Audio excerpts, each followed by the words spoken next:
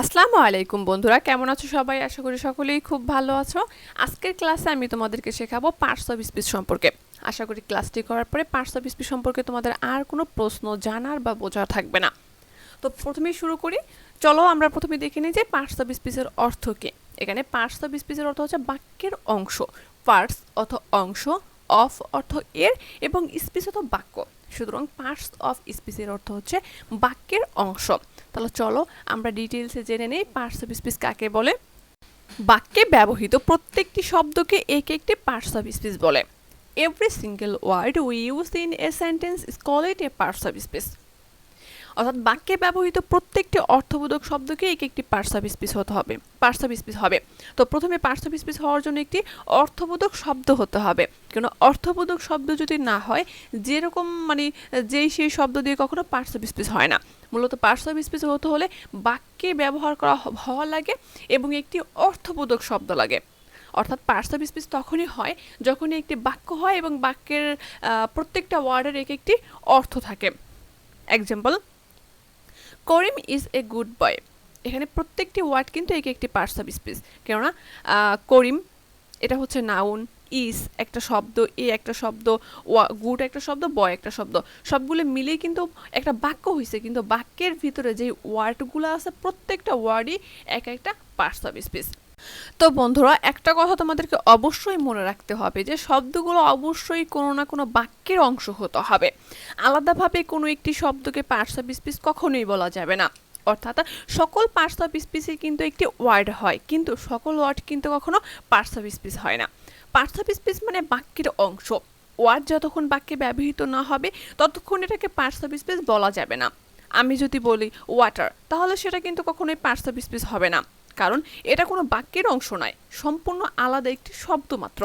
কিন্তু আমি যদি বলি ওয়াটার ইজ লাইফ, তাহলে ওয়াটারের একটি পার্টস অফ স্পিচ হবে, কারণ এখানে ওয়াটার বাক্যেরই একটি অংশ। তখন এই ওয়াটারটি হয়ে যাবে নাউন, যা পার্টস অফ স্পিচের একটি প্রকারভেদ। সুতরাং তোমরা বুঝতে পারলে যে বাক্যে ব্যবহৃত অর্থবোধক শব্দ হওয়া লাগবে, অর্থাৎ ওয়ার্ডগুলোই হবে। ওয়ার্ডের তো প্রত্যেকটার মিনিং থাকে। এই ওয়ার্ডটা যখন একটা বাক্যে ব্যবহৃত হবে তখনই শুধুমাত্র সেটা পার্টস অফ স্পিচ হবে। ঠিক আছে বন্ধুরা, এবার আসি পার্টস অফ স্পিচের প্রকারভেদ সম্পর্কে। পার্টস অফ স্পিচ প্রথমত 8 প্রকার। দেয়ার আর 8 types of parts of speech according to their function in a sentence. Noun, বিশেষ্য, প্রোনাউন, সর্বনাম, অ্যাডজেক্টিভ, নাম বিশেষণ, ভার্ব, ক্রিয়া বা কাজ, অ্যাডভার্ব, ক্রিয়া বিশেষণ, প্রিপোজিশন, পদান্বয়ী অব্যয়, কনজাংশন, সংযোগ অব্যয় এবং ইন্টারজেকশন অর্থাৎ আবেগসূচক অব্যয়। এখন আমরা প্রত্যেকটি প্রকারভেদ, অর্থাৎ পার্টস অফ স্পিচ যে 8 প্রকার, প্রত্যেকটা প্রকারভেদ সম্পর্কে আমরা জানবো। তো বন্ধুরা চলো জেনে নিই নাউন সম্পর্কে। প্রথমে আছে নাউন বা বিশেষ্য। প্রথমেই বলে রাখি, নাউন হচ্ছে নাম। দুনিয়াতে যত কিছু আছে সব কিছুর নামকেই নাউন বলে। এক কথায় দুনিয়াতে যা কিছু আছে সব কিছুর নামকেই নাউন বলে। নাউন অর্থ বিশেষ্য, যেটা দ্বারা কোনো নাম, বস্তু, প্রাণী হতে পারে, সেটা যে কোনো কিছু হোক না কেন, কিন্তু নামকেই নাউন বলে। যে ওয়ার্ড দ্বারা কোনো কিছুর নাম প্রকাশ করা হয় তাকে নাউন বলে। আমাদের চোখের সামনে যা দেখি সেগুলোর নামকেই নাউন বলে। নাউন দ্বারা কোনো ব্যক্তি, বস্তু, প্রাণী, স্থান, ঘটনা ইত্যাদির নামকে বোঝানো হয়ে থাকে। Example, Karim does not like to go to school. এই বাক্যে করিম একজন ব্যক্তির নাম। Karim does not like to go to school. Karim স্কুলে যেতে কখনো পছন্দ করে না। এ বাক্যে করিম একজন ব্যক্তির নাম। এখানে করিম সম্পর্কে বলা হয়েছে। কে স্কুলে যেতে পছন্দ করে না? করিম। অবশ্যই করিম একটি মানুষের নাম। এখানে ব্যক্তির নাম হোক আর বস্তুর নাম হোক, যেটাই হোক না কেন, নাম হলেই সেটা noun. Kuwait is a Muslim country. Kuwait একটি মুসলিম কান্ট্রি। এখানে কুয়েত একটি দেশের নাম, এটাও কিন্তু নাউন। আবার আছে diamond is very valuable. Diamond একটি বস্তুর নাম। বন্ধুরা, নাউন আবার 5 প্রকার। 1 নম্বরে প্রপার নাউন, যেটা দ্বারা কোনো নামবাচক বিশেষ্যকে বোঝায়। 2 নম্বরে কমন নাউন, যেটা জাতিবাচক, যেটা দ্বারা জাতি, দেশকালকে বোঝানো হয়। কালেকটিভ নাউন, সমষ্টিবাচক শব্দ। ম্যাটেরিয়াল নাউন, বস্তুবাচক শব্দ। এবং অ্যাবস্ট্রাক্ট নাউন, গুণবাচক শব্দ। এই নাউনের প্রকারভেদগুলো আমি তোমাকে অন্য ক্লাসে আলোচনা করব বা বুঝিয়ে দেব। আজকে শুধু আমরা নাউন, প্রোনাউন, এরকম পার্টস অফ স্পিচের প্রকারভেদগুলো সম্পর্কে জেনে নিই। ঠিক আছে, এবার বন্ধুরা তোমরা জানবে প্রোনাউন সম্পর্কে। সহজভাবে নাউনের পরিবর্তে যেটা ব্যবহার করা হয় সেটাই প্রোনাউন। এটার অন্য কোনো অর্থ আর জানার কোনো দরকার নেই, কেননা প্রোনাউন বলতে সর্বনামকে বোঝায়, নামের পরিবর্তে যেটা ব্যবহার করা হয়। আর ইংরেজিতে বলা হয় নাউনের পরিবর্তে যেটা ব্যবহার করা হয় তাকে প্রোনাউন বলে। সহজভাবে যে সকল শব্দ আমরা নামের পরিবর্তে বসাই তাকে প্রোনাউন বা সর্বনাম বলে, যেমন he, she, we, etc. The word which we used instead of noun is called pronoun.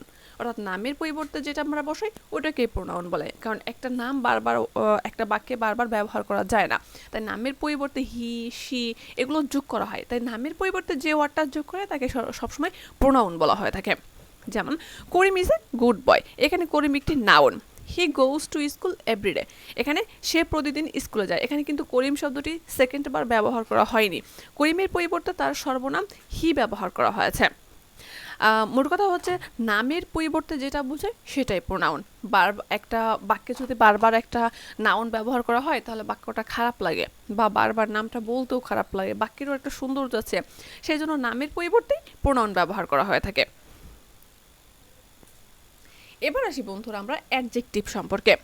অ্যাডজেক্টিভে হচ্ছে নাম বিশেষণ, যেটা দ্বারা কোনো দোষ, গুণ, অবস্থা এগুলো বোঝায়। তো মোট কথায় যে সকল শব্দ দ্বারা কোনো নাউন বা প্রোনাউনের দোষ, গুণ, সংখ্যা, পরিমাপ ইত্যাদি বোঝায় প্রকাশ করা হয় তাকে অ্যাডজেক্টিভ বলে। মোট কথা নাউন বা প্রোনাউনের দোষ, গুণ বোঝানোর জন্য যেই পার্টস অফ স্পিচ ব্যবহার করা হয় তাকে অ্যাডজেক্টিভ বলে। বন্ধুরা অ্যাডজেক্টিভটা খুবই সহজ এবং খুবই ইজি, কেননা অ্যাডজেক্টিভ দিয়ে দোষ, গুণ বোঝায়, সংখ্যা, পরিমাপ এগুলাকেই বোঝায়, ভালো খারাপ বোঝায়। যেমন Naima is a beautiful, Naima is a beautiful, beautiful অত সুন্দর, নাইমা একজন সুন্দরী, এখানে কিন্তু নাইমার গুণ বোঝানো হয়েছে, তাহলে কি হবে বিউটিফুল, বিউটিফুল তো অবশ্যই অ্যাডজেক্টিভ। তো বন্ধুরা নাউন প্রোনাউনের দোষ, গুণ, অবস্থা বোঝাইলেই কিন্তু সেটা কিন্তু অ্যাডজেক্টিভ হয়ে যায়। অ্যাডজেক্টিভ দ্বারা নাউন প্রোনাউনের দোষ, গুণ, অবস্থা, সংখ্যা, পরিমাপ ইত্যাদিকে বোঝানো হয়ে থাকে। এবার আসি বন্ধুরা ভার্বে। ভার্বের অর্থ হচ্ছে ক্রিয়া বা কাজ। দুনিয়াতে যত কাজ, কর্ম ইত্যাদি রয়েছে সেগুলোই কিন্তু ক্রিয়া, আর ক্রিয়াকে কিন্তু ইংরেজিতে ভার্ব বলা হয়ে থাকে। The verb is an important parts of speech. Parts of speech. Without a verb, no sentence can be formed. It shows a physical or mental action. The verb always delivers in doings and action. যে শব্দ দ্বারা কোনো কাজ করা হয়, হওয়া বোঝায় তাকে ভার্ব বলা হয়ে থাকে। যেমন go, eat, sleep, buy, sell, walk, run, see, play, write, give, etc. অর্থাৎ যে শব্দ দ্বারা কোনো কাজ করা, হওয়া, যাওয়া, খাওয়া বোঝায় তাকে কিন্তু ভার্ব বলা হয়ে থাকে। এক কথায় দুনিয়াতে যত কাজকর্ম যা কিছু রয়েছে সবগুলোকে কিন্তু ক্রিয়া বলা হয়, আর ক্রিয়ার ইংরেজি কিন্তু ভার্ব। যেমন উই প্লে ক্রিকেট, আমরা ক্রিকেট খেলি, এখানে প্লে খেলা। হি রাইটস দ্য লেটার, সে একটি চিঠি লেখে, রাইটস লেখা। He gave me a glass of water, সে আমাকে একটি গ্লাস পানি দিয়েছে, এখানে গেভ দিয়েছে। পার্টস অফ স্পিচের ভিতরে নাউন এবং ভার্ব হচ্ছে সবচেয়ে সহজ, ঠিক আছে। ভার্ব দ্বারা কাজকে বোঝানো হয়, যত কাজ আছে সবই ভার্ব, আর যত নাম আছে সবই নাউন। এবার আসি আমরা অ্যাডভার্বে। আমরা দেখছি বন্ধুরা যে নাউনের পরিবর্তে যেটা ব্যবহার করা হয় সেটা হচ্ছে প্রোনাউন, ঠিক সেমভাবে ভার্বের পরিবর্তে যেটা ব্যবহার করা হয় সেটাই কিন্তু অ্যাডভার্ব। যে সকল শব্দ ভার্ব, অ্যাডজেক্টিভ বা অন্য অ্যাডভার্বকে মডিফাই করে কোনো কিছু অ্যাড করে সেই সকল শব্দগুলোকে অ্যাডভার্ব বলে। ভার্বটা কিন্তু অ্যাডভার্বটা কিন্তু আমার অ্যাডজেক্টিভের মতো, যেমন ভার্ব, অ্যাডভার্ব বা অ্যাডজেক্টিভ সবগুলোকে করে মডিফাই করে ওই অর্থগুলোকে নতুন কিছু অ্যাড করে দেয়, তাহলে কিন্তু আমার অ্যাডভার্ব হয়ে যায়। যেমন অ্যাডভার্ব আর তোমার অ্যাডজেক্টিভটা কিন্তু একই রকমের, মাত্র অল্প কিছু ব্যবধানেই অ্যাডজেক্টিভ থেকে অ্যাডভার্ব হয়ে যায়। যেমন very, slowly, well, careful, etc. Example, he asked me name gently, সে আমাকে আমার নাম জিজ্ঞেস করলো ভদ্রতার সাথে। এখানে জেন্টলি শব্দটি হচ্ছে আমার অ্যাডভার্ব। শি ওয়াক্স স্লোলি, সে আস্তে আস্তে হাঁটে। She bought a very long dress, সে একটি লং ড্রেস কিনেছে। তো বন্ধুরা ভার্বের পরিবর্তে যেটা ব্যবহার করা হয় সেটাই অ্যাডভার্ব। আবার অ্যাডজেক্টিভ থেকে অ্যাডভার্ব বানানোটা কিন্তু খুবই সহজ, কেননা অ্যাডজেক্টিভ অ্যাডভার্বকে মডিফাই করে, কারণ অ্যাডজেক্টিভের একটা ওয়ার্ডকে একটু মডিফাই এবং অ্যাড করেই কিন্তু অ্যাডভার্ব করা হয়ে থাকে। এবার আসি বন্ধুরা প্রিপোজিশনে। ইংরেজিতে তোমাদের অবশ্যই প্রিপোজিশনে 5 মার্কস থেকে থাকে, কারণ প্রিপোজিশনটা খুবই খুবই ইম্পর্টেন্ট। মূলত প্রিপোজিশনের কোনো অর্থ নাই, প্রিপোজিশনের মূল কোনো অর্থ নাই, এটি বাক্যের একটা থেকে আরেকটা দুইটার মাঝখানে বসেই এটি অর্থ বোঝানো হয়ে থাকে। বাংলায় প্রি শব্দের অর্থ পূর্বে আর পজিশনের অর্থ হচ্ছে অবস্থান, তাই খুব সহজেই বোঝা যায় যে যেসব শব্দ নাউন বা প্রোনাউনের পূর্বে অবস্থান করে বাক্যের অন্যান্য অংশের সাথে ওই নাউন বা প্রোনাউন এর সম্পূর্ণ সম্পর্ক স্থাপন করে তাকে প্রিপোজিশন বলে, যেমন ইন, অ্যাট, আন্ডার, উইথ ইত্যাদি। মূলত প্রিপোজিশনের কোনো অর্থ নাই, এটি নাউন বা প্রোনাউনের পূর্বে বসে এবং একটি অর্থ প্রকাশ করে। এটি যখন নাউনের পূর্বে বসে তখনই কিন্তু প্রিপোজিশনের একটি অর্থ হয়ে যায়, মূল কিন্তু প্রিপোজিশনের কোনো অর্থ নেই। যেমন the book is one the table, বইটি টেবিলের উপরে, এখানে ওয়ানের কিন্তু মূল কোনো অর্থ নাই, কিন্তু যখন এটা ইসের উপরে বসছে, নাউনের উপরে বসছে দ্য টেবিল, তখন কিন্তু এই প্রিপোজিশনের অর্থ হয়ে গেছে উপরে। ঠিক আছে, আবার আছে Rahim is hiding behind the tree. এগুলো সেম একইভাবে যে প্রিপোজিশনের কোনো অর্থ হয় না, এটি তখনই অর্থ হয় যখন কোনো নাউন বা প্রোনাউনের পূর্বে বসে, নাউন প্রোনাউনের উপরে যদি বসে, পূর্বে যদি বসে, তখনই শুধুমাত্র প্রিপোজিশনের অর্থ হয়ে থাকে। বন্ধুরা এবার আসি কনজাংশনে।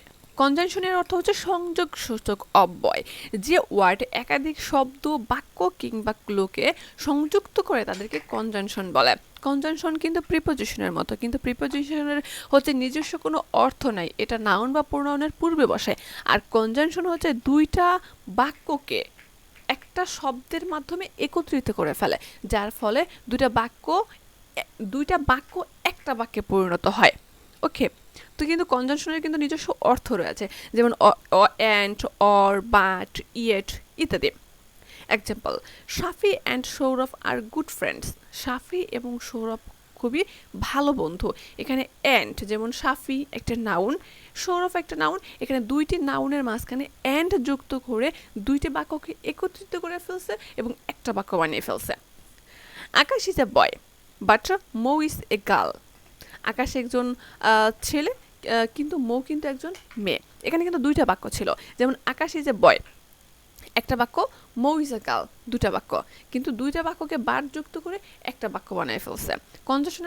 কনজাংশনের মাধ্যমে কিন্তু বাক্যকে ছোট বানানো যায়, যেমন 2-4টা বাক্যকে অ্যান্ড অর বাট এগুলো বসায় দিয়ে একটা বাক্য বানানো যায়। এবার আসে ইন্টারজেকশনে।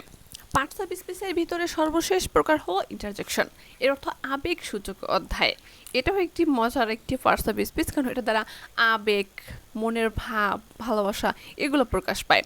ইন্টারজেকশন হচ্ছে আবেগ সূচক অব্যয়, এটা দ্বারা মনের আবেগ, ভাব, ভালোবাসা, ইশারা, ইঙ্গিত এগুলো বোঝায়।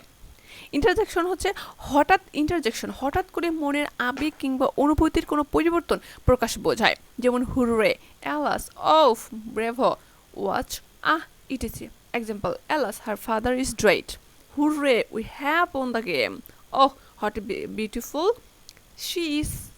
এখানে ইন্টারজেকশন হচ্ছে মজার, কারণ ইন্টারজেকশন দ্বারা আবেগ, প্রফুল্ল, উচ্ছ্বাস এরকমগুলো বোঝানো হয়ে থাকে। তো বন্ধুরা, পার্টস অফ স্পিচ কিন্তু খুবই ইজি, পার্টস অফ স্পিচ খুবই ইজি। আর পার্টস অফ স্পিচ হচ্ছে গ্রামেটিক্যালের সবচেয়ে প্রথমে, কারণ প্রথমেই তোমাদেরকে পার্টস অফ স্পিচ দিয়ে শুরু করা হয় এবং পরবর্তীকালে বাকি গ্রামেটিক্যালগুলোকে শেখানো হয়ে থাকে। তো বন্ধুরা, আশা করি পার্টস অফ স্পিচে তোমাদের আর কোনো সমস্যা থাকবে না।